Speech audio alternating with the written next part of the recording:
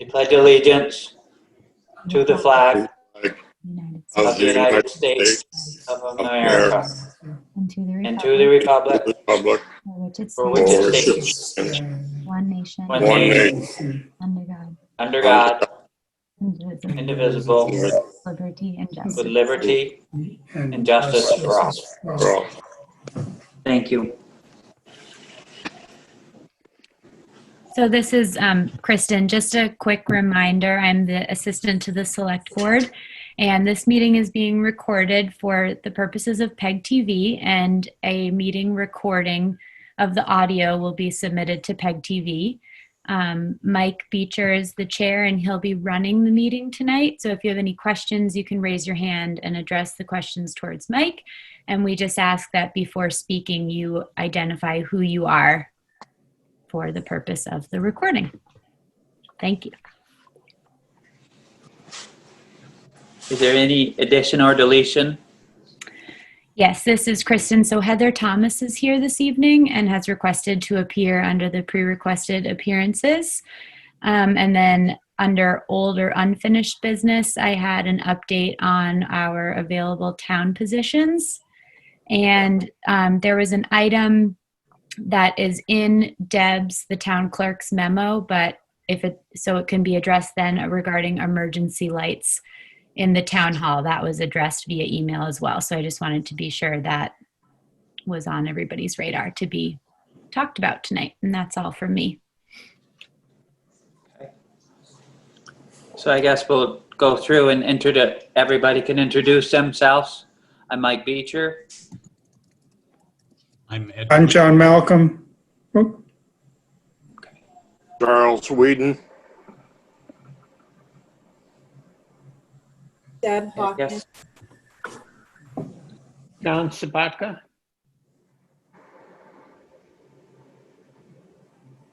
I'm Kristen Rhonda. Powers. Sorry, Kristen. Rhonda Schlung in West Pawlet. Hi. Hi, Rhonda. Heather Thomas. I live in Wells. Hi. Edgar didn't come through. I don't know if he's on speaker or not. Hey, Ed Cleveland, can you hear me now? Yes. Jessica Van Ort, I'm from Pawlet. Frank Nelson, West Ball.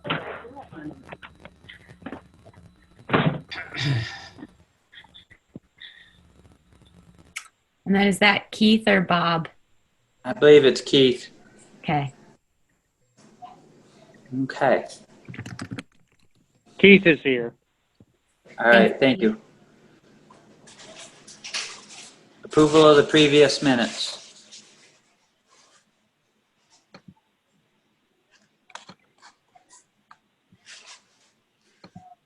I didn't see anything that I didn't agree with. How about the rest of you? I thought they looked pretty good. I'll make a motion. This is Ed. I'll make a motion to approve the minutes. John, you're muted. Yeah.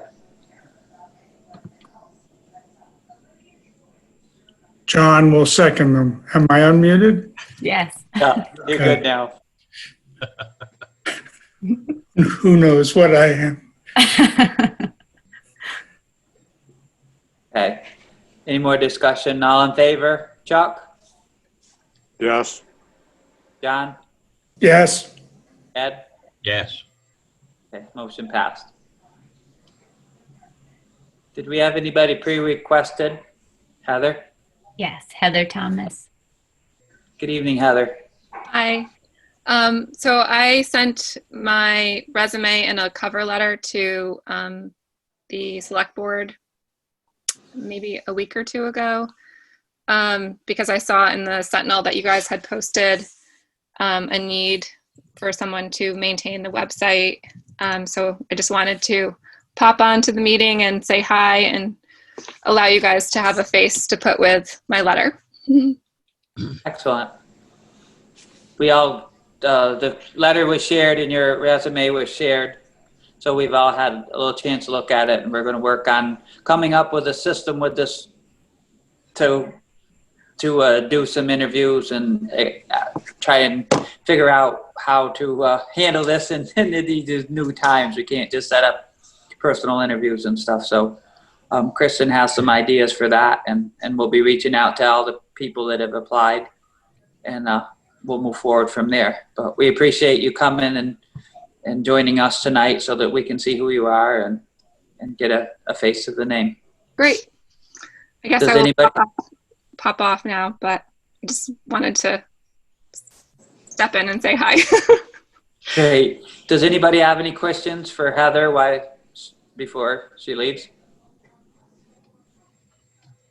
I guess we're all good. Thank you very much. I appreciate you stopping in. Bye. Okay. Thanks, Heather.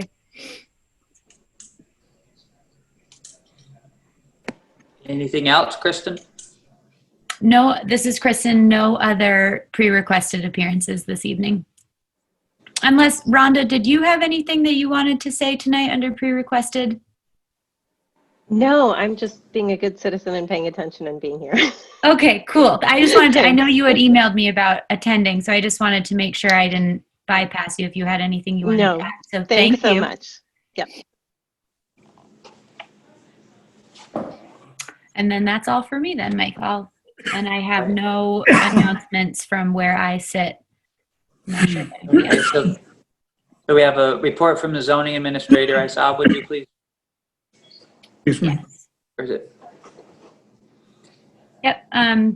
So this is Kristen, and there was a report submitted by our interim zoning administrator, Jonas Rosenthal. He has a planning commission meeting this evening in Castleton, and he's unable to attend, but he sent the board, or I had forwarded to you all, the list of permits that he has going thus far. 24 permits issued at this point. The DRB meeting is set for tomorrow, September 23rd at 7 p.m. for a conditional use permit application for Eric Baker, located on 875 Vermont Route 133. Eric Baker is seeking to open a vehicle repair shop and inspection station. If you have any questions, we are welcome to call him, and he's provided us with his phone number, which I will omit from stating aloud on Zoom. And thank you, Jonas. Okay. Any questions? Okay, that sounds good. The only thing, Mike, this is Kristen. I just wanted to remind the board. So Deb had consulted with me about an application for the zoning administrator position that had been received, and it was forwarded along to all of you. I did have to speak about the vacant positions or available town positions under old and unfinished business, but I just wanted to make sure everybody had seen that. And Mike, if you and I want to connect or whatnot about what to do moving forward with that, but I just wanted to make sure, did all the board members get that?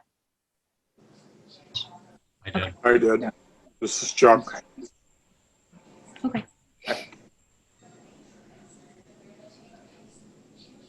So then we'll go to, do we have anything from the planning commission? This is Kristen again. Nothing formally submitted from the Planning Commission. Tom Collard and I had a chat yesterday or I don't know what day, but we had a lovely chat talking about Zoom. And as far as I know, he's gotten up to speed with the Planning Commission Zoom account after having some technical difficulties when attempting to do their last meeting. But I told him to reach out to me if he had any other questions, and I've not heard from him. So I'm guessing that's a good sign. So as far as I know, I saw that there's a warning out for the next Planning Commission meeting, and I'm guessing there will be updates following that. Okay, excellent. Road foreman.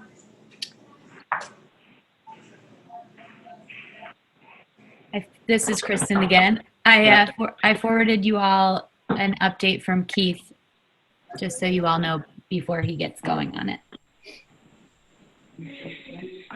Okay, so that's what we've done. We've completed topping the Switch Road and the Betts Bridge Road. So we're at or near completion on them. They're graded up, smoothed out, and chlorided, and we may have to add some more gravel here and there if needed, but for the most part we're complete with that stage. So we moved on and started this week. We're down on the Turner project, resetting the culvert.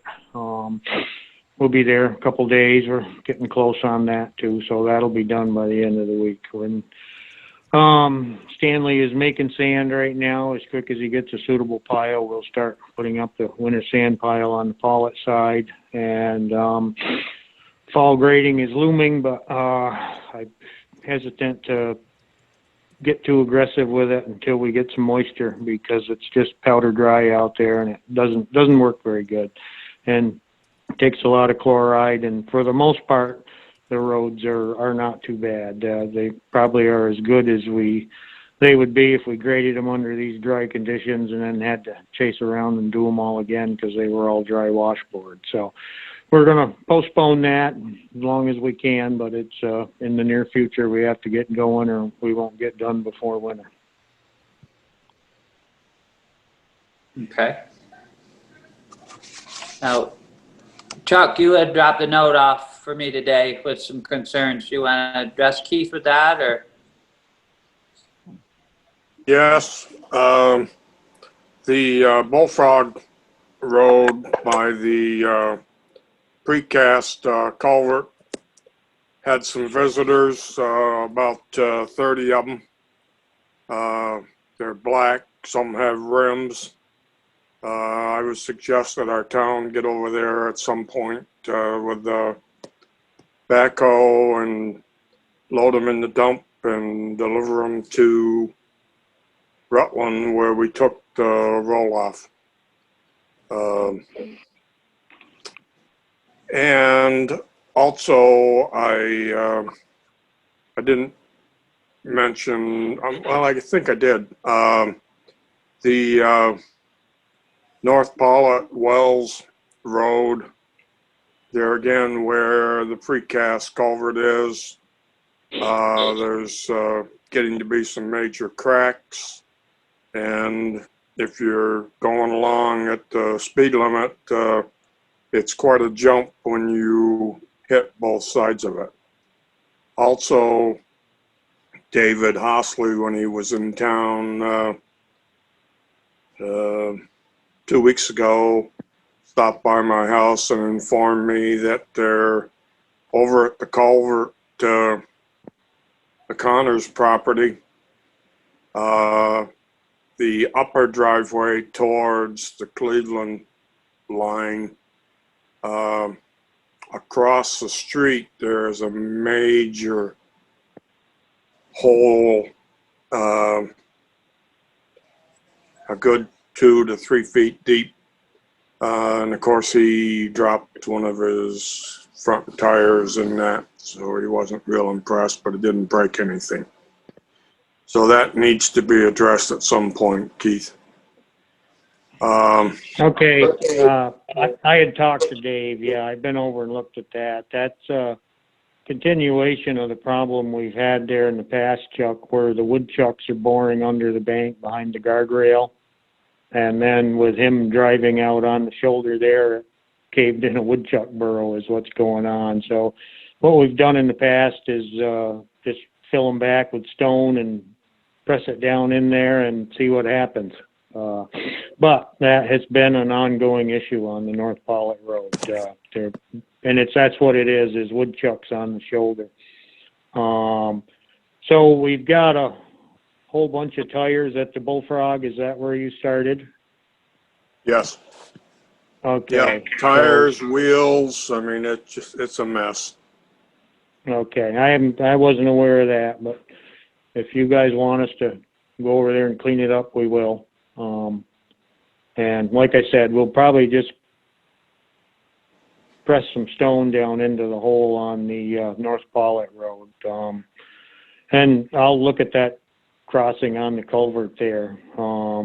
And apparently we've got some settling going on there too, which is common because the top of the culvert doesn't settle because it's solid concrete and the approach is on each side. It just seems to be a certain number of years after we put them in, regardless of what we try to do to compact them, you develop that little bit of a ridge there. There's one on the Buttons Falls Road, and it's yeah, we'll have to do something with it if it's too abrasive and, prior to the next paving job, we'll have to do something to get through till then, so. But usually after that's got one blacktop coat over top of it since that culvert was installed. So once you pave over them the second time, they don't seem to return quite as bad, but, I'll look at that and we'll see what we can do with it. Thank you. Anything else, Chuck, that you've noticed or?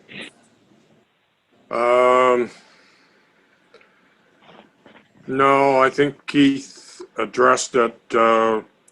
Looks like both of those roads are, I don't know what your plan is, but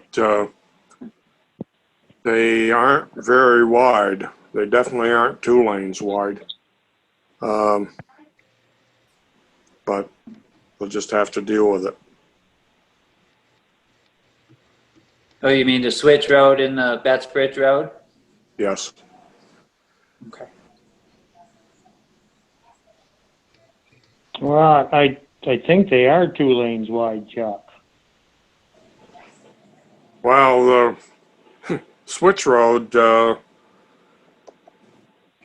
you already know what that is. Needs moisture to get laid down. I mean, it's Yeah, I actually graded that today, Chuck, and graded right back through all of the Deletion material we put down and rolled it up and tried to blend it back together. It's inconsistent coming from the quarry, and it's pretty stony and it's a marbly ride. Mike will tell you, or anybody on Chuck Clark Road too, that it is a marbly ride compared to what they're used to. But as we grade it, it progressively gets better. I wish the stone was a little bit smaller. We've had that discussion before, but it is it's a very good product, and I think it fits the application on that road. I graded it and chlorided it today, and tried to blend it back in and get the stone to settle down, because part of it is the dry conditions, but part of it is that it's a stony material. Until we get it compacted and laid down, it's a struggle, and it's not what they're used to. Your tires rumble a little on it, and it is like I said, a marbly ride, but that should go away over time here. So, and we'll see. And each time we grade it, it will get progressively wider. We can't help that. You're going to lose a little dirt off each side of the blade as you're grading that, and it's going to widen out. But you'll find that road is ditch to ditch wider than it was before. And I think if you go over and measure it, you will have 22 feet width. I can say that if people will just bear with it, that will turn into an excellent road, especially after one winter of sand. It will tighten that up, and you'll have an excellent road. And the good thing is it keeps people going a little bit slower for now until it gets to be a better road. But the end result is way worth the inconvenience that you're going to be dealing with right now. That's the way I feel about my road. It's a little hard, Mike, up around by Ken Norman's driveway there, where you're climbing the hill and the slate trucks are going in empty and coming out loaded. They had it pretty well washboard since we had put the material on it. And, and it's like I said, it takes a while for it to get worked in and settle down. And it's better on the flats, but I think up over by Joey Plisco's, it's going to chatter up there too. But in discussion with some of the people that are on there, they seem satisfied with it. And like you said yourself, Mike, you were satisfied with it on your road. And it may not be for everybody. And I'm pleased with it. The bottom line is if we have a couple of trouble spots, we can, hit the trouble spots and not worry about the retopping the whole road. We can just add some finer material to the parts that's too stony to settle down.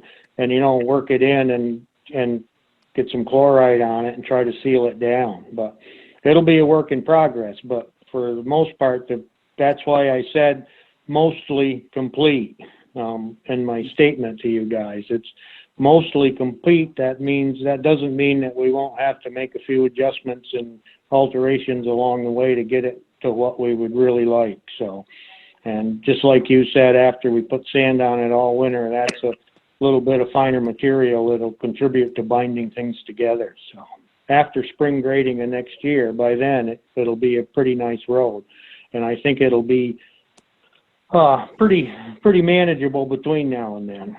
But it's not just that smooth gravel surface that these people are used to driving on, and it'll be rumbly, and perhaps it will slow them up a little bit.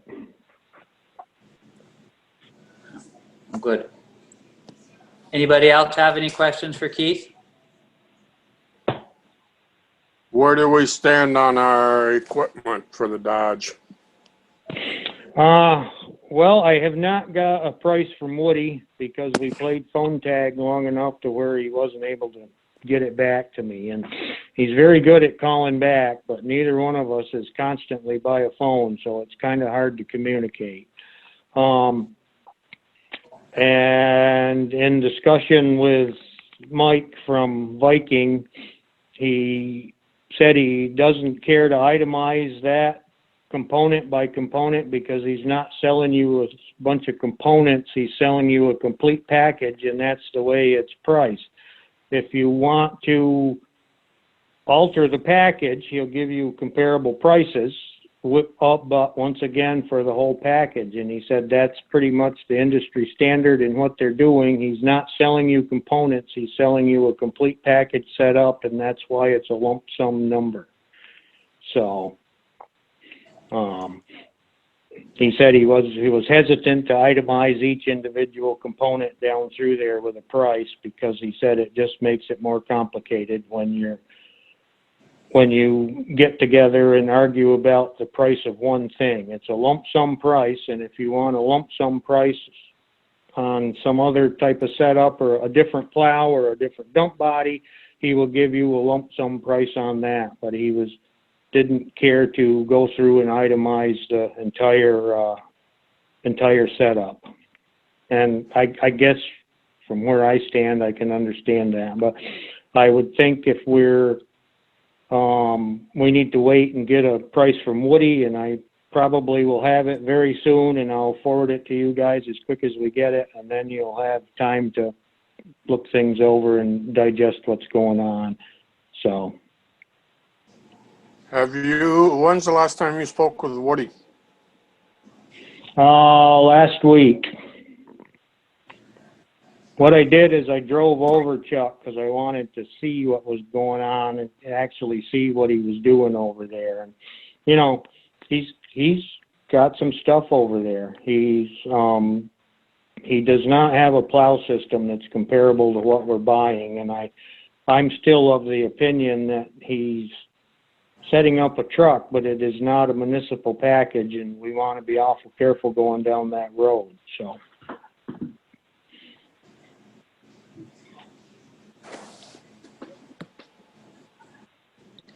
What about like swag? I said, I think he does a respectable job, and he's got respectable stuff there, but he's selling you a Fisher plow, which we've been down that road before. In 3 years, the framework on that plow is going to be shot. It's not, I just don't think we're setting up for the long term and doing things right by going with that type of setup. We'll have a truck that is good to clean out the library and take care of Nelson Terrace or something, but it's not gonna do what we want to be able to do with it.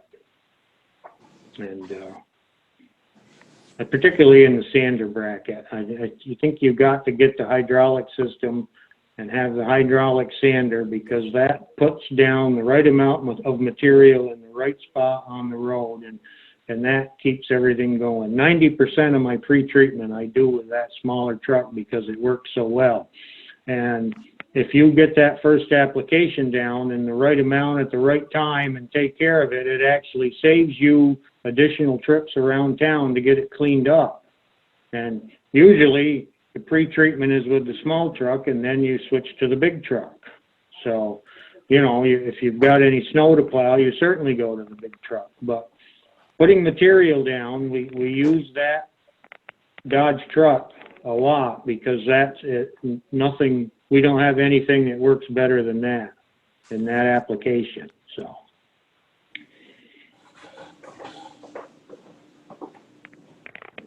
And I don't think you're going to get that from an electric sander.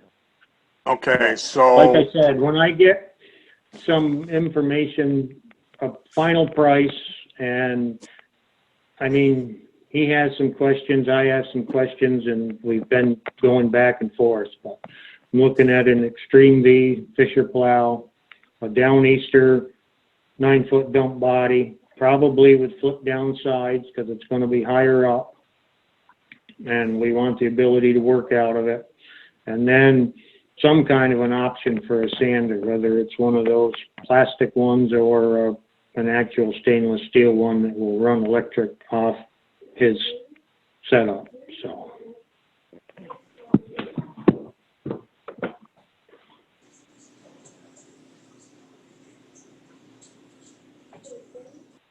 Does anybody else have any more questions for Keith?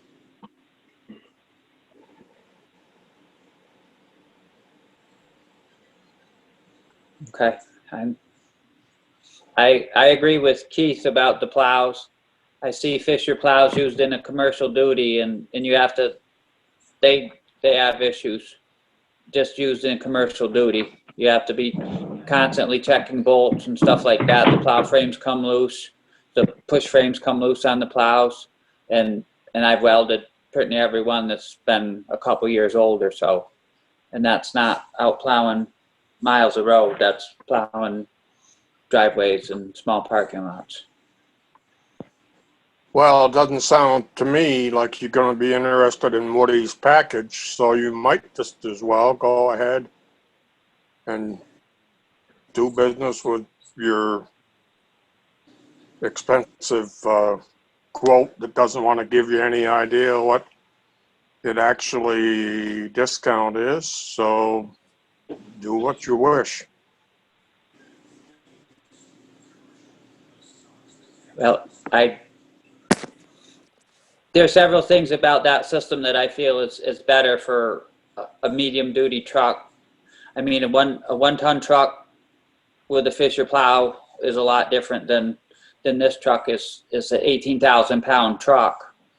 So it's a lot tougher on the plow and everything. And a tip down sides on a 9-foot body are almost impossible to do alone. So it makes the truck quite a lot more difficult to work out of, from my experience. And the Fisher electric sanders don't spread anywhere near as nice as even the Tarcos or electrics and stuff like that. And the hydraulic is far easier to control with more accurate things. So you get what you pay for, in my opinion. So.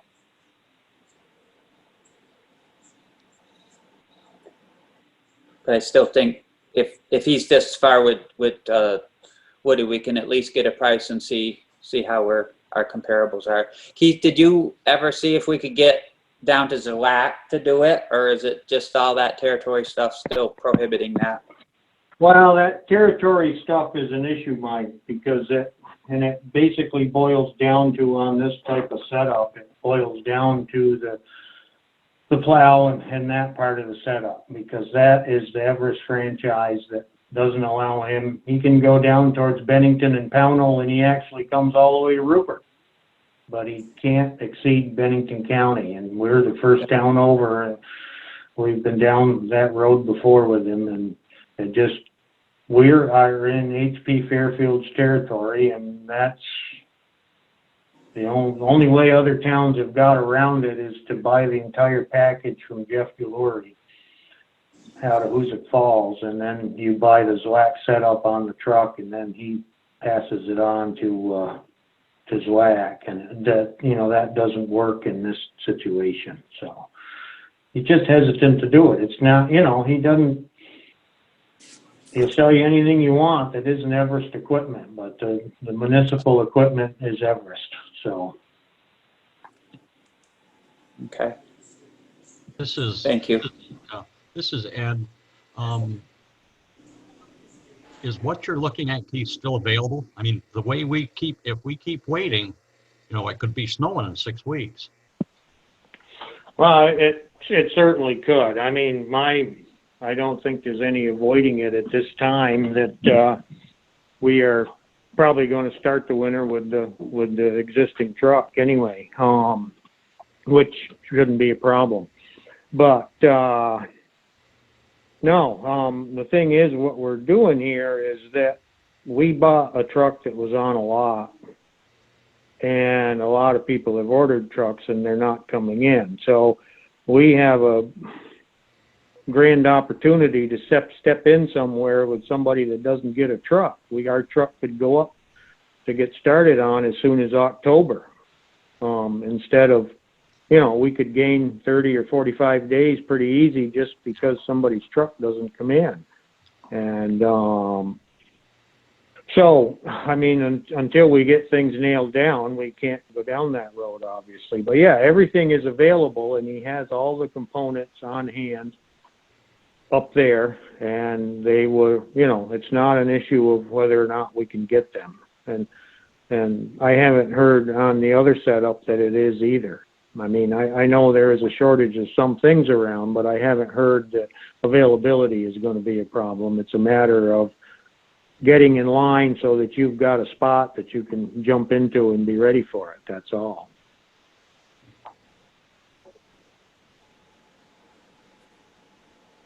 So now we do have that question that we could save get a very good advance on getting this installed if we choose to go with this section like Keith is suggesting, and I agree with. If we just decided to go with it, and that would put us to the, so to speak, more toward the front of the line. Correct, Keith? Definitely. We at least have a slot then, you know, and then if something becomes available because somebody that's ahead of us truck doesn't arrive, which there's some of that going on. I don't know how much, or I'm not well versed in it, but I know there is some of that going on because there's 20 Fords that are ordered now that haven't come in. So there's, you know, you can't guarantee you're going to be able to jump ahead, but there's a good opportunity that you might be.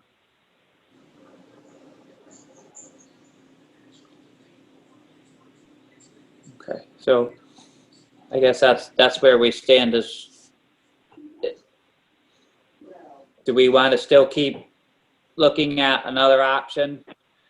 I don't, Keith, if you were to put something out just from your opinion, do you think that Woody is going to be half of this body, or is he going to be more than that, or?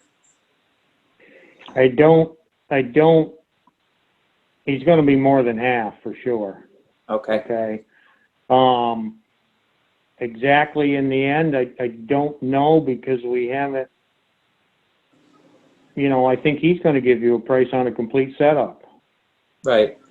A body, a plow, whatever you need, and a sander, installed and ready to go. And, you know, I basically think the difference you're going to see is probably between $7,000 and $8,000 for the hydraulic setup as opposed to going electric. I really think that's going to be the only substantial difference. Right. The plow's probably going to be a little bit more because it's a little bit more beefier of a plow. Right. It's a municipal plow that pins on with a frame, just like the large plow is only a smaller version. Right. So that's probably definitely going to be more than a Fisher. Yep. Okay. This is Ed. Um, with the availability of everything, I would rather do this sooner rather than later and know that we've got it. And it is, I realize it's a lot of money, but everything's in a tough spot when it comes to getting stuff. And if it's out there and you want it, you better be getting it. I would entertain. Well, I would make a motion to go ahead with it if I could get a second. But anyhow, that's just to get things moving. Okay. Ed's got a motion on the floor to go ahead with this plow frame from, who is it from, Keith? Viking sieves. Viking Sales. And it was what, approximately 39, something like that? Oh, I don't have it in front of me, Mike, but it was Neither do I. Yeah, 38. 38,900, Chuck, telling you that. Yeah. 38,900. And that money is available. We have that money in the truck fund to cover this project. That is available in the equipment fund, yes. Okay. John or Chuck, would either of you want to second that motion? Mike, this is Bob. I'll second that motion. Okay, I didn't realize you joined us. All right, so we have a motion on the floor made and seconded. Is there any more discussion on having that Viking package installed on the new 5500 Dodge Ram? Okay. Chuck, how do you vote? No. John Malcolm? Oh, you didn't unmute, but Yes. yes. Ed? Yes. Bob? Yes. Okay, it's passed. So Keith, will you contact him and see if we can stay at the front of the pack? I will do that. And I Okay. say again, I think that's the right decision, guys.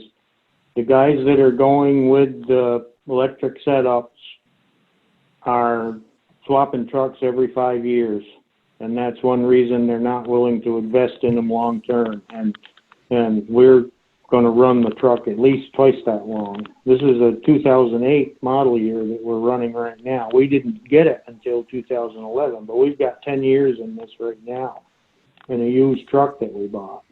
And, I don't think you'll be sorry for putting the right equipment on it, because if you're going to run that kind of a life cycle on a piece of equipment, you're way better ahead to have what's working for you and needed, and not try to cut corners and have something that doesn't do the job for 10 years. So. Okay. Thank you, Keith. All right. I'll contact Viking and let them know. Okay. Does anybody else have any questions for Keith right now, or? Okay. Thank you for joining us, Keith. Assessor's report? I'm cutting out if I'm not needed, Mike. No, I guess we're all while I got you on the phone, down at the wastewater plant, there's a couple of old, they look kind of like gates, but I think they were railings or something. They're leaning up against the fence. Is that anything that we could use? You could use for? Would you check them out? I guess I don't have a use for them right now. Actually, I think Jeff tried to give them to me a couple of years ago or more. So, Okay. yeah, I mean, we can put them somewhere besides there anyway. They're actually a decent railing. I don't remember what they were around. They may have been around the top of the old clarifier or something. Yeah. And I can get them out of there for you if that's what you're looking for. I think it'd be good because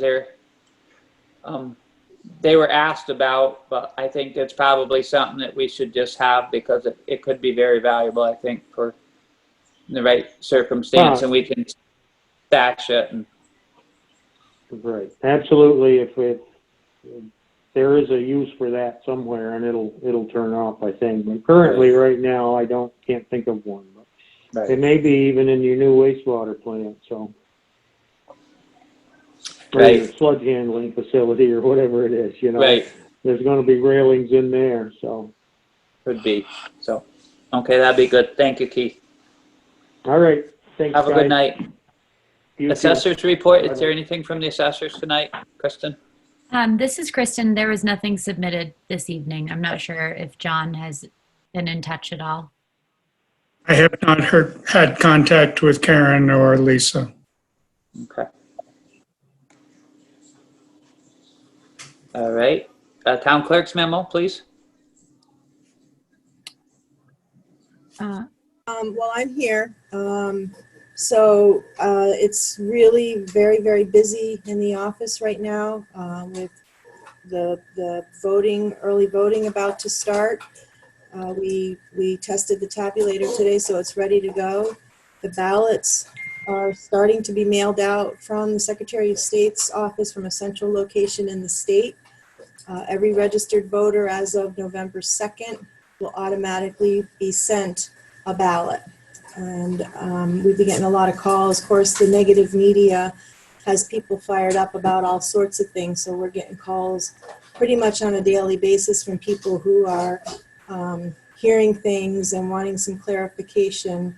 And we're doing our very best to keep the voters educated and confident in our voting system.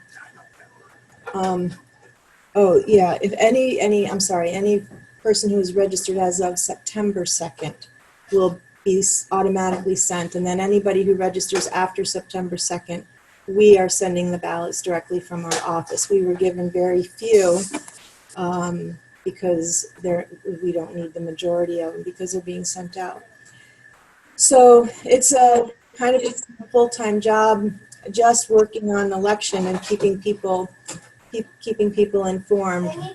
The other thing that's keeping our office busy is property in Pawlet is selling rapidly. And so there's a lot of property transfers occurring. And as you heard in the zoning administrator's report earlier, it's also kind of trickling into his office because people are doing improvements or there's some new construction, there's additions, there's all kinds of things going on. So the office is hopping pretty good. To the other thing, for early voting, we have ordered a secure drop/mailbox, if you will. The Secretary of State was going to try to procure that for all of the towns in the state, but it became too complicated. So they are footing the bill for up to $1,000 for each individual town to come up with their own secure drop box, which that's something that I need you folks to decide on. Getting a concrete slab so that when this arrives, we can bolt it right into the concrete slab so that it's immobile. That is recommended, and it could be used in the future for tax payments, any kind of drop off that would be secure and not accessible to anyone without a key. Kristen, I don't remember what else was, I want to talk to Kristen at some point because we do have some abatement requests that we need to address, and that needs to happen soon. There's two parties that are requesting abatement. And I was very concerned about the situation with deliberative session. So I called Vermont League of Cities and Towns and asked them how deliberative session is handled and how you can be secure in the fact that only board members are party to the information that is being discussed in deliberative session. In as much as we're all in our homes or in locations that we can't each know that our areas are secure and free from other ears. So basically what I was told was that if you give a disclaimer prior to going into deliberative session, and say it is the responsibility of each board member in their role as a Board of Civil Authority member or a Board for the Abatement of Taxes member, that you are the only person who is involved in that part of the meeting. So anyway, that being said, I had reached out to Kristen because we're going to use the Selectboard Zoom account, but I have not been the hostess of a Zoom meeting. So if Kristen, if you don't mind spending a little bit of time either on the phone or at the town office, so that we can work on that. I think Kristen said that later on in the meeting, the discussion with those emergency lights, that's something that needs to be discussed and acted upon at some point with the recommendations from the fellow who came and did the inspection. Was there anything else in my memo, Kristen?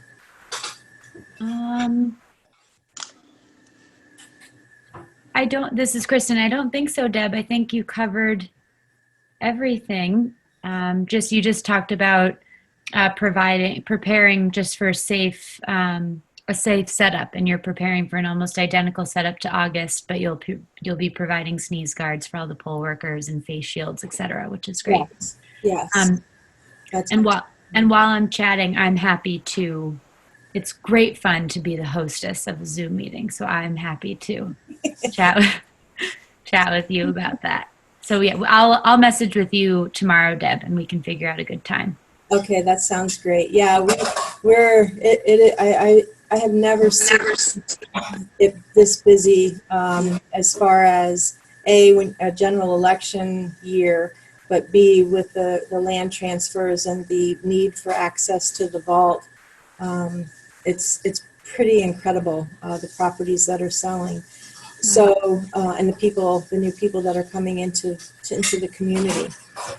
We're hopping. We're forcing ourselves to take a little bit of a break in the middle of the day because we're finding that we're not eating or drinking all day long, and then we're not in a good place at the end of the day. So we're forcing ourselves to take a little bit of a break.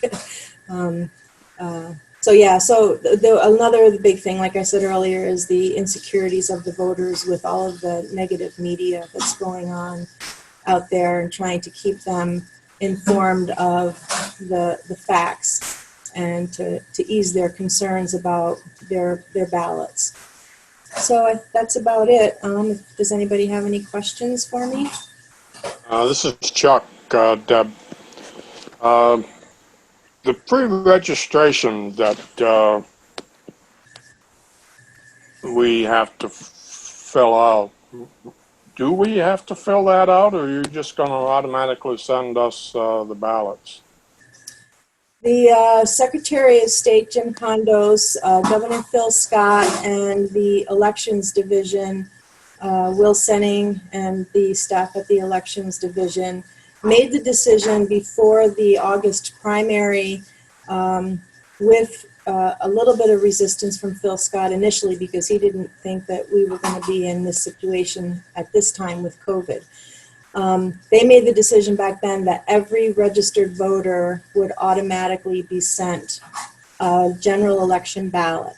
It was too late to do that for the primary. That's why those postcards went out, and the responsibility fell on us to fulfill all of those requests.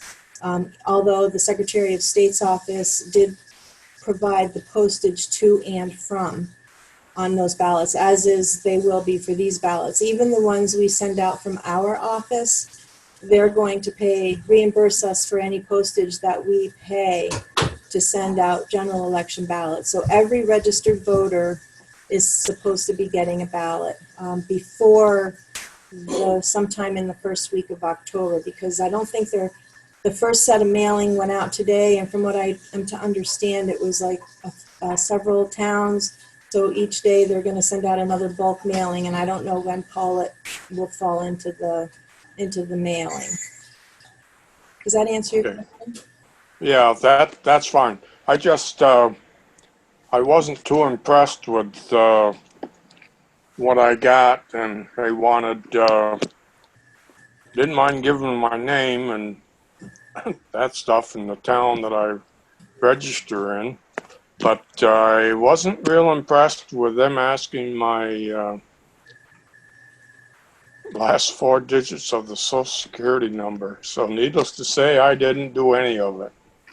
Well, where did you, nobody should have been asking you for anything.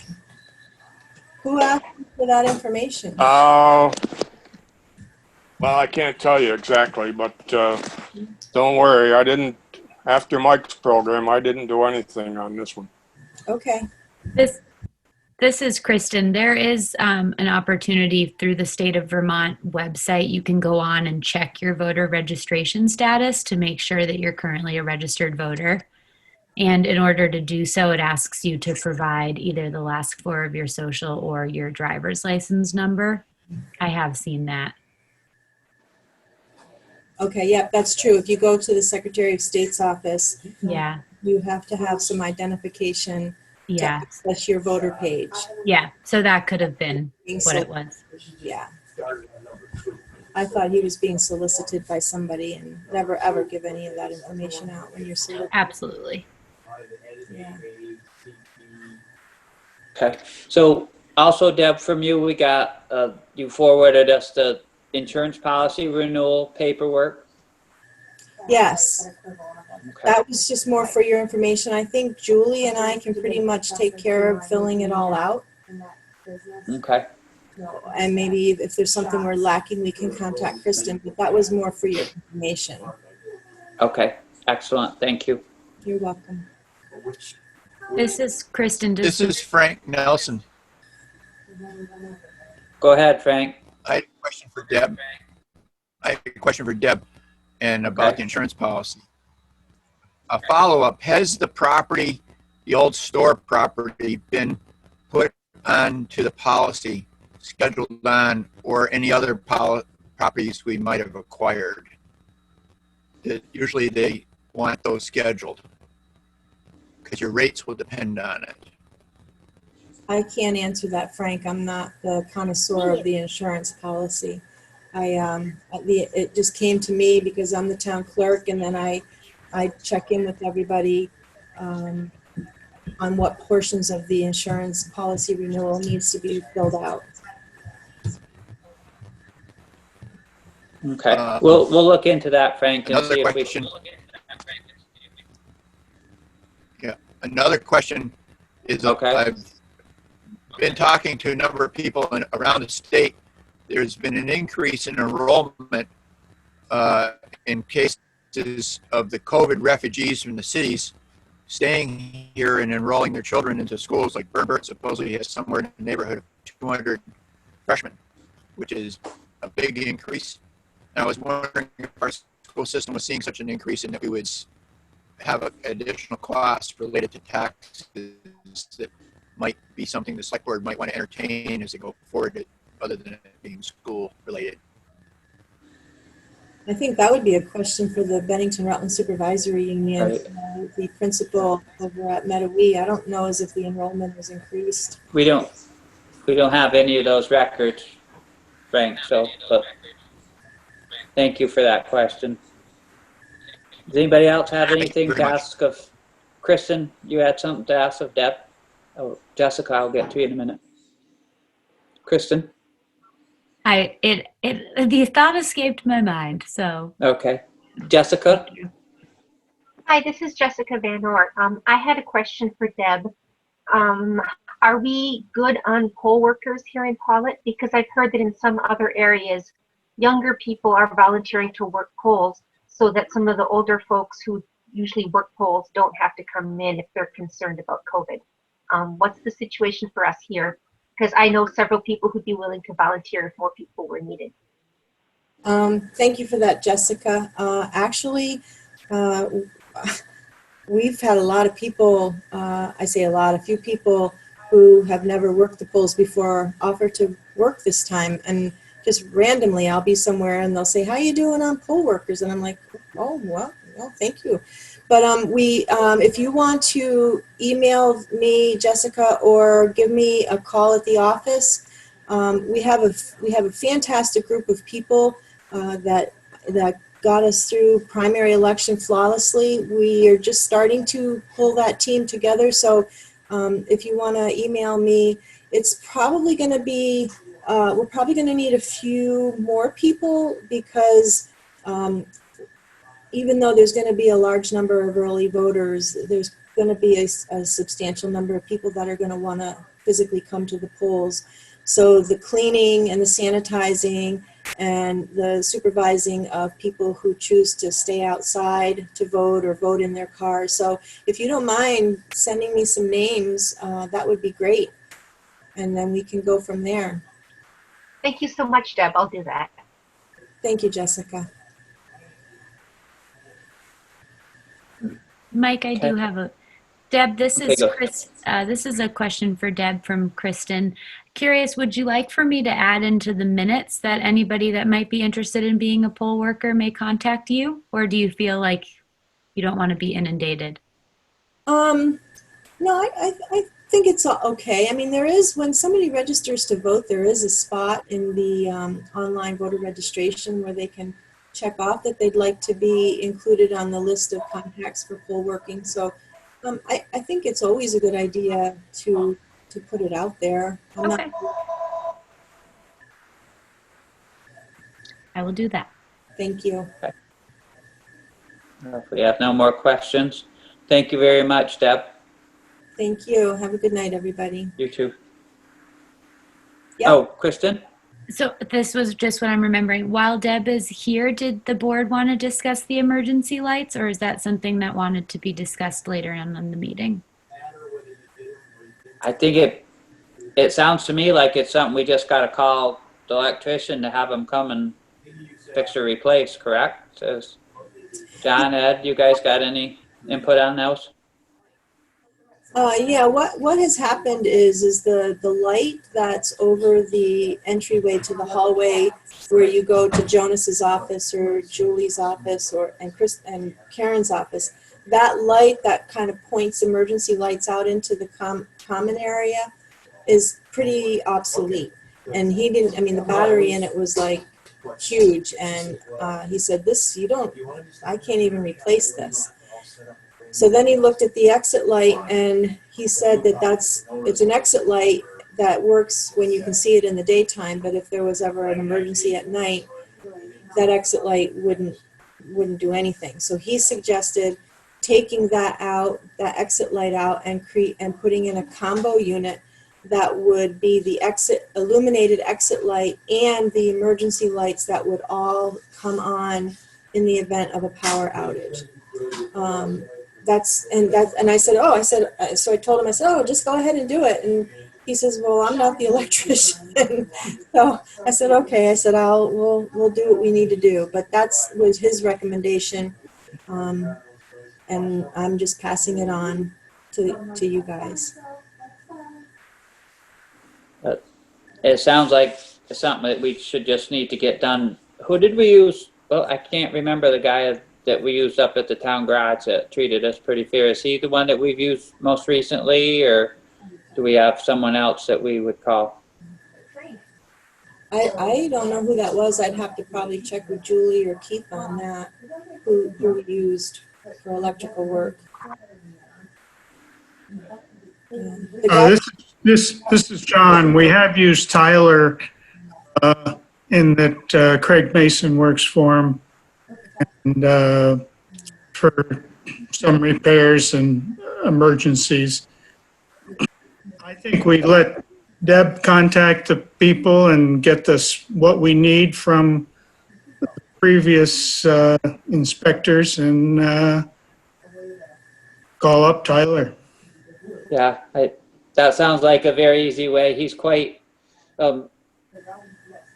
used to that kind of emergency lightings and stuff like that, so I'm sure he'd know exactly what we need, and he could just get it and put it right in and we'd be done with it. Would you mind calling Tyler's, Deb, and just asking him to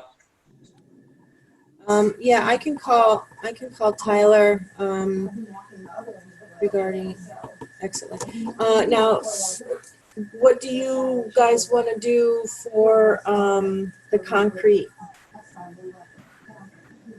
The concrete, do you have a position, a spot in mind, or?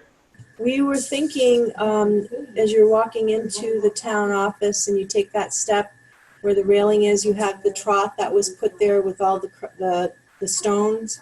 We were thinking of just putting a little slab right in that trough to the left of that front step. And that way it would be a secure drop box, and it would give the concrete some time to cure, so that when the secure box arrives, we can bolt it in, and then it'll be all ready for use forevermore. Okay. Bob, is that something you can check out when you're there signing papers? I will, Mike. I've seen quite a few different versions, so, a variety of stuff, so I'll try to figure out what'll make the most sense. Well, we need a couple £100 just so somebody can't one person couldn't just haul it away. Absolutely. Yeah, probably need to be a couple £100 then, so, okay. Let us know what you think, and if we need to pour something, or if we could get a precast block and put there, whatever, that would be most effective. Will do. Thank you. Thank you. Okay, so I guess if we're all set, we can go to the treasurer's report. Kristen? Yes, hi. Thank you. So we have a memo from the treasurer, Julie Mack, September 22nd, 2020. There are 2 warrants. Your mother's here. Payroll for the week was $9,173.29. The total accounts payable was $31,960.85. Monies from the general fund, $18,185.50. Highway, $15,957.31. Wastewater, $6,991.33. I would still be interested in having something from the board for wastewater users explaining the increase. It is too late for the first collection, and I obviously am not mailing bills anytime soon. Perhaps something can go on the website. If not, then we should be prepared to have something with the next billing. The A&R Stormwater Municipal General Permit annual fee is due. It is $1,350 and can be paid through their portal by credit card. May I have permission to put this on the town card? Respectfully submitted, Julie Mack. Okay, so the NR stormwater report, we need to do that when we do any projects at all. So somebody want to make a motion that we just buy that permit on the town credit card?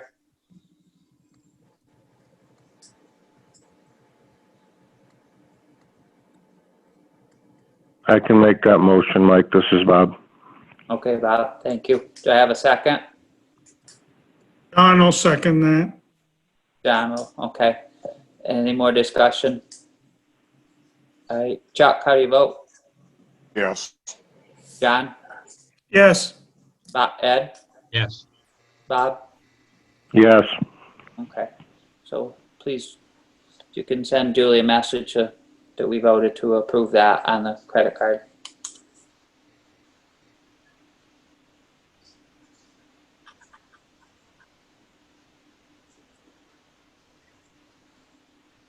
So if you can, Kristen, could you shoot Julie an email and include me on it too, and just ask her, I can't remember the exact numbers of how much Jeff was charging us per month,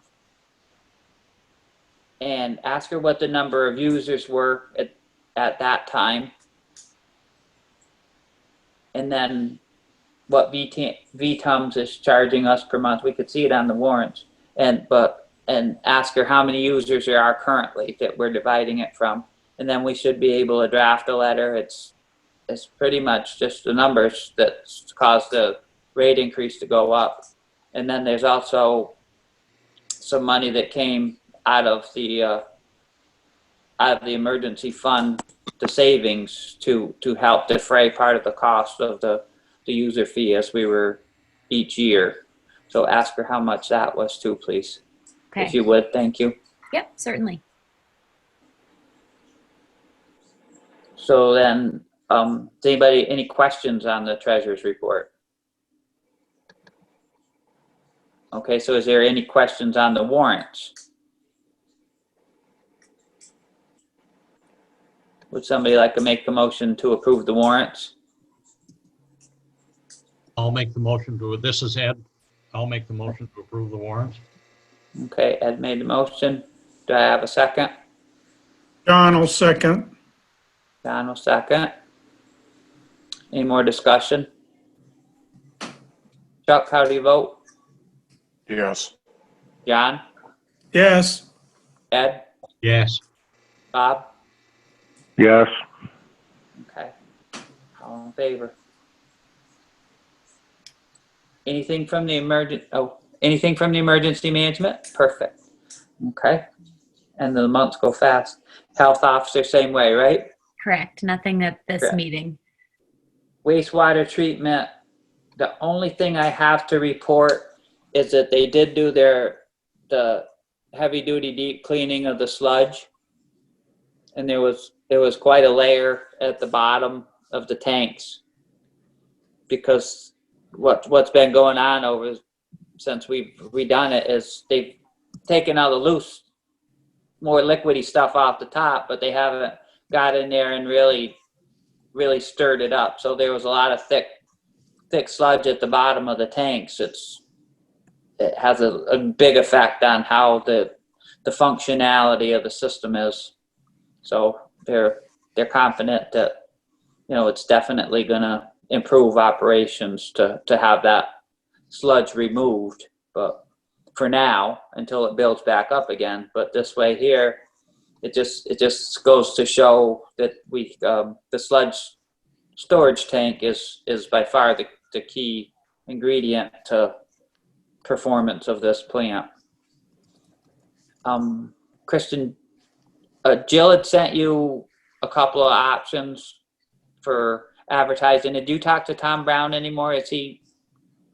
So yeah, this is Kristen. I spoke with Tom Brown and he had the same recommendations, and he also recommended us. He said that we were also welcome to do some personal solicitations for folks who might be interested.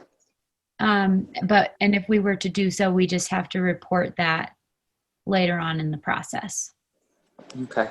So Mike, I would like to connect with you because they've given me these places that the RFQ can be advertised, but this is all very uncharted and unfamiliar for me. So Okay. I would like to maybe connect with you just to see if you have any more information about who to contact or what that looks like, just because I'm feeling like I'm flying a little blind with the process. I think I have no more knowledge than you do about that, but I think that Jill is probably going to be one of our best resources. Okay, so I can reach out to Jill and just say, And please include me. Because Tom Brown said that the RFQ that we put together, which was a template submitted to us by Jenny, I personalized it for the town and sent it to Tom, and he said that it looked great. And then I asked him about recommendations for places to advertise. I told him that we traditionally reach out to the Lakes Region Free Press, but he actually recommended 2 other publications which are a bit more programmed to attracting the types of people that we would want for this particular situation. So I have that to work on. I just need to do a little bit of investigating and figure out what it looks like to advertise with those people. So I think it sounds to me like that's the right way to go. We'll just advertise with those 2 places, and I guess we can ask Jill if there are any individuals that she would recommend we reach out to individually. But we already know the individual that she'll recommend. So, and they'll bid on it anyways. It sounds to me like this is just a process to make sure that everybody has a chance at it, but we can still pick Whole Tanner. They just have to meet, we just have to put it out there so everybody has a crack at it, and we can talk to everybody that's interested in doing it. So, So that is on my to-do list. Awesome, thank you. And this isn't really, I don't know where it falls, but the closure of the landfill is going, I guess, in good shape now. We made sure we got everything all in order. The letters went out to the abutters. The letter went to the state. The state sent us the appropriate paperwork. So I think it's just there's a waiting period, and basically he's going to stamp this baby done from what I can see. Yeah, I believe, this is Kristen again, I believe that there was a time frame of which the abutters had the opportunity to reach out with any questions. But yeah, it's, as far as I know, I think that I've done everything that was required. So I think that I haven't heard otherwise, which is always exactly. So all we have to do is just wait for Tom Brown, and then there's anything from Buzz, right? Right, Buzz, right. We wait from Buzz, and when he gives us the official okey dokey, then we can use the money that's in escrow right now for the post closure. Is that the right? I believe the post closure plan for the landfill, and once we close it, that money that's been in escrow for anything that may crop up goes back to the town for whatever. I'm not sure the direction it has to go, if it can stay in the highway or what, but it goes back into the town coffers. It gets back usable. So that will be a big benefit. Mike, this is John. Do we Yes, John.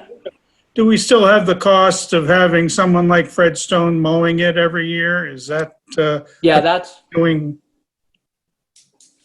that will be part of the closure. That's part of the stipulations of the closure. You have to make sure no one drives the four-wheelers and stuff on it, and make sure that it gets mowed and maintained and stuff like that. There's in his closure plan, there's some qualifications to keep it that we have to abide by. You know, it had to do with similar to putting the fences up so the gates so that no one could drive on the property and stuff like that. But basically all we got to do is mow it. So that's the only thing we have to budget for every year then? Yes. Yeah. It would just be mowing it. Okay.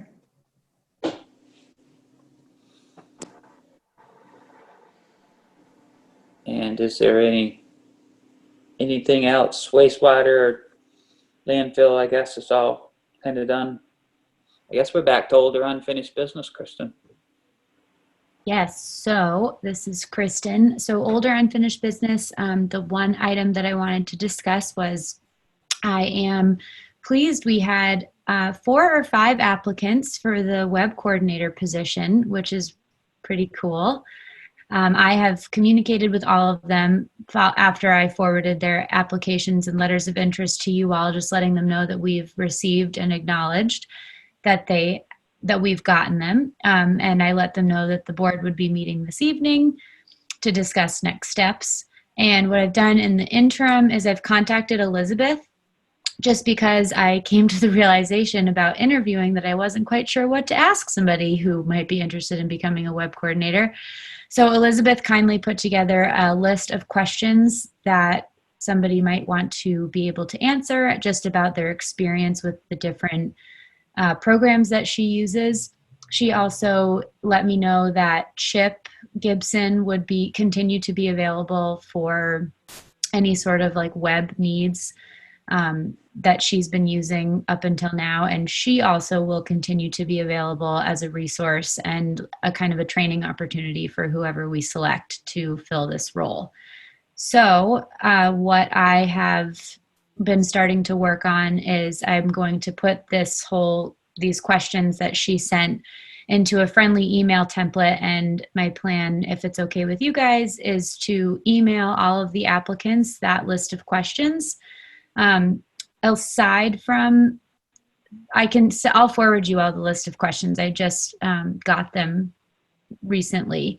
And aside from being asked about what their experience is with the different programs, one of the questions is what their familiarity is with small town government, specifically what their familiarity might be with the town of Pawlet. Because I do think that it's important, but not critical, that somebody has good familiarity with our community. So anyhow, my plan is, just given the COVID times, to send an email out to all of the applicants asking them to fill out this little questionnaire. That way we can get it back, and from there the select board can kind of review, and with the folks that we feel are most qualified, we can perhaps set up a Zoom interview. And I had emailed you guys thinking that in an effort to, obviously since the 5 of you can't all meet together, we can maybe have a small little committee. And I had just said Mike and John being the chair and vice chair, but I think that obviously you can decide. But that was what I was thinking, and I am hopeful that perhaps those things can be accomplished within the next 2 weeks. So hopefully by the next meeting, the board might be able to come to a decision, and we can allow Elizabeth to move along to her next chapter. So what are everybody's thoughts on all of that?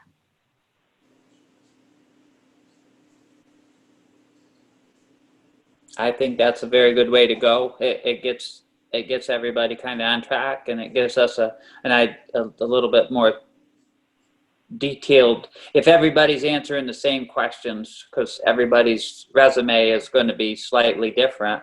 But when we ask everybody the same questions, and then it's much easier to kind of sort through it and see which one would we feel may best fit our unique situation. So what does everybody, John? This is John. Am I correct in saying that with Chip Gibson still being willing to be in his role, that we don't need the technical qualifications of some of these people, as much as if Chip was not willing, and the whole package would have to be on the new hire? Am I correct in thinking that, or?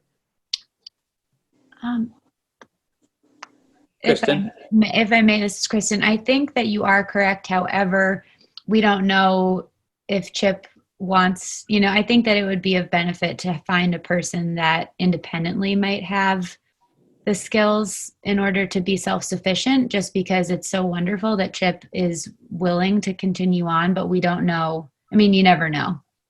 And I think that I'm not totally sure if I'm recalling correctly, but I believe Chip, I don't know if he's a flat rate that we pay him for, or if it's an hourly thing.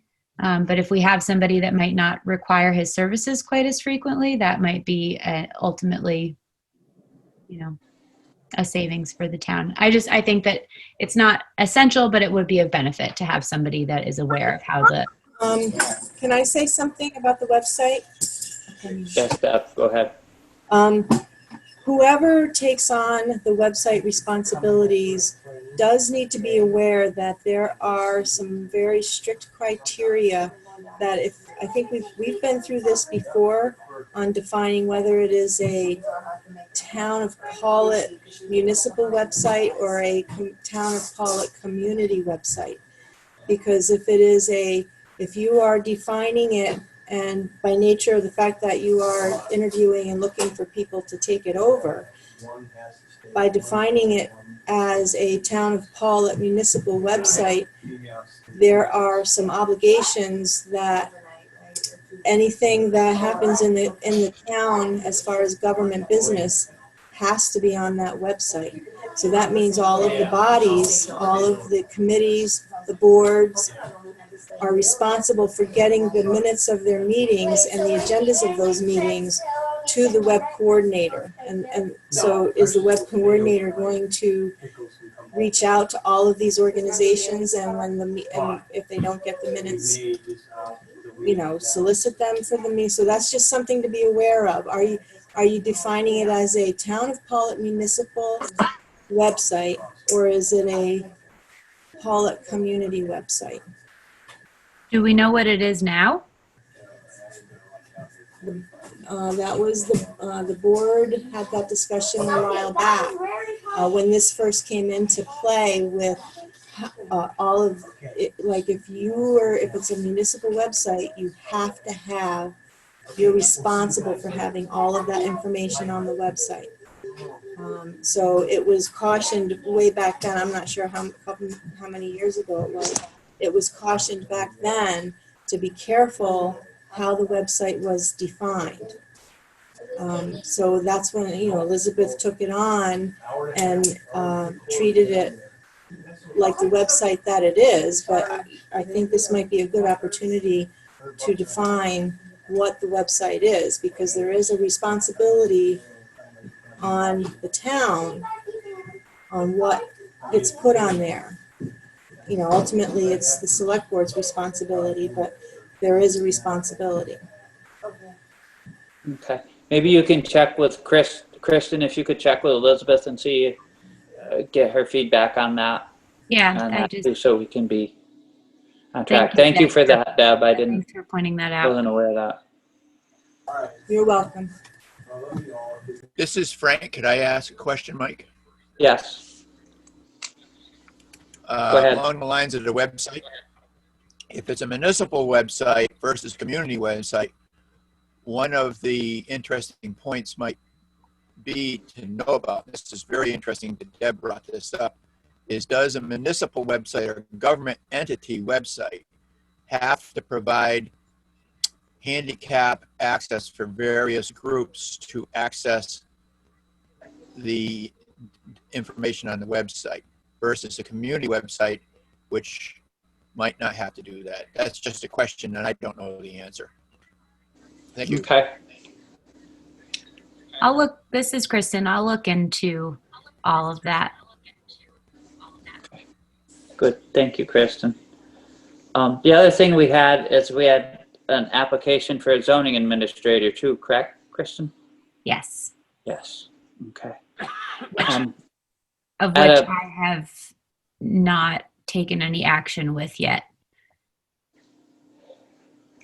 Well, a few meetings ago, Ed had mentioned the fact that we really need to look into kind of looking at grouping a bunch of people positions together to have, so to speak, a carrot to offer out. Is that kind of what you were thinking, Ed? And the zoning administrator may be into, we were talking about making that into something that had maybe a couple other responsibilities also, but we haven't had a chance to do any more discussion. So I was thinking that maybe before we moved on, to look for just a zoning administrator, we would take a little bit of time and review that and see if we wanted to build a position to handle more than one function at a time. Is that kind of what you were thinking, Ed? Am I on track or am I out in left field? Well, this is Ed. Yes, at one point, that's pretty much what I was thinking. But I didn't know if you had thought much of going that way with, but anyhow, I'm open to, that's what I was thinking, was beginning to combine some positions to make it more attractive. Okay. So I think that kind of will table that for, as we discuss to see what direction we really need to go in that. We can thank him for his thing. Kristen, go ahead. I was just going to say, so if that's the case, then I will, I should then ask Elizabeth to remove that job listing from the website. This is Ed again for a second. Yeah. When I brought that up, it didn't appear as if there was many people out there willing to take on, a part-time job here and a part-time job there. But as I've seen, I think we've been getting plenty of applications for most every position available, haven't we? Ed, this is Kristen. I believe this is the first application for the zoning administrator. Correct.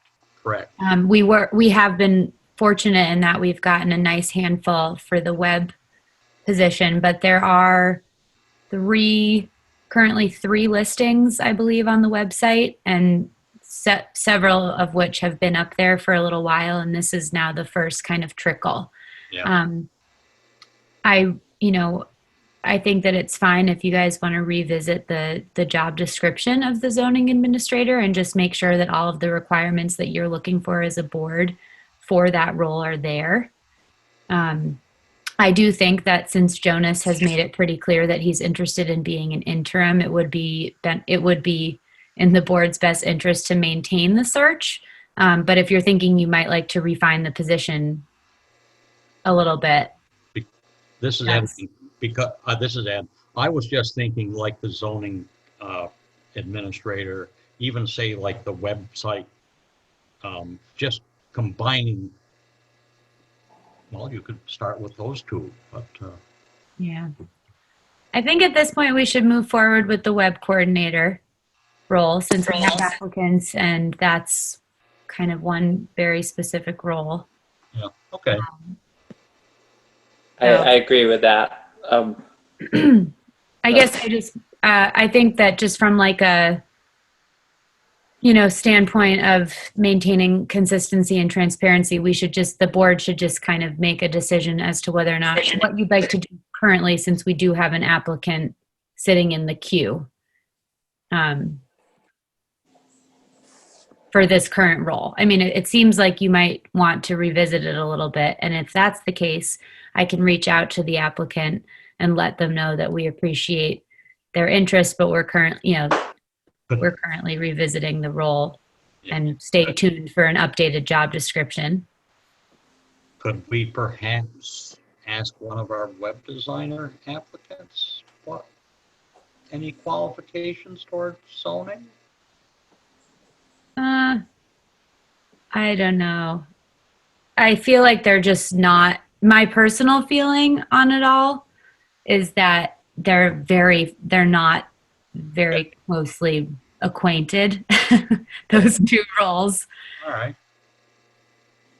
I think it would be one thing if it was like, oh, this is our website and now the town is interested in having a social, an Instagram page, and maybe you'd like to run that too. It's kind of, I think zoning and web design are kind of apples and Well, you clementine. might have someone that likes a challenge or do different things. Yeah. Okay. Well, let's leave it posted. I mean, it's kind of hard to act on just one application anyway, so. I will This is thank Frank the with a applicant. question. Sorry, Frank, one sec. I will thank the applicant for their interest in the meantime. And we'll keep his resume on file as we get a chance to go forward. Thank you. Frank? Go ahead, Yeah, Frank. when you go forward with the zoning administrator, just as a brainstorm, I think that it might be wise to have Jonas involved in an interview process, because there will be a handoff, and to see what is going on and is in process, where Jonas would continue to a certain point where he could finish up a project or a case he's working on, and then hand it off to a succeeding zoning administrator, so that Jonas is finishing up something he's been involved with, for example. And that you don't need the planning commission to get involved with this. The select board can do the vetting, but with Jonas in the interview process, and I think you would get your best candidates, because Jonas would be your best source for information as to what the duties would be for the zoning administrator and how we could coordinate with a changeover when that comes. Thank you. Okay, thank you, Frank. That seems very logical, and we'll work through that. Is there anything else under old or unfinished business? Any new business, Kristen? This is Kristen. It was just to discuss the emergency lights, which we had already done. Okay, Nothing perfect. further from me. How about any public comment? Does anybody have any public comment they'd like to add to the meeting tonight? Ken Norman was waiting, but I think he left Yeah, I saw him for a while, and now he's gone. Okay. Yeah, I'm sure that he probably had some comments on his road, but Okay. Well, something must have come up, and he knows how to get a hold of us if he has some comments, so. Well, if there's no other public comments, then I guess we can adjourn this meeting. I make the motion to adjourn. Do I hear a second? Chuck? I'm pretty quiet. Just nod, Chuck. Chuck second that motion. All in favor? Chuck? Yes. John? Bob? Yes. Ed? Yes. Okay. John I was think that's John unanimous. was muted, but he said yes. I said yes. Yeah, I'm pretty sure he said Lip. yes. So, all right. Thank you, everyone, for joining us tonight. Have a great evening. Thank you, everybody. Good night.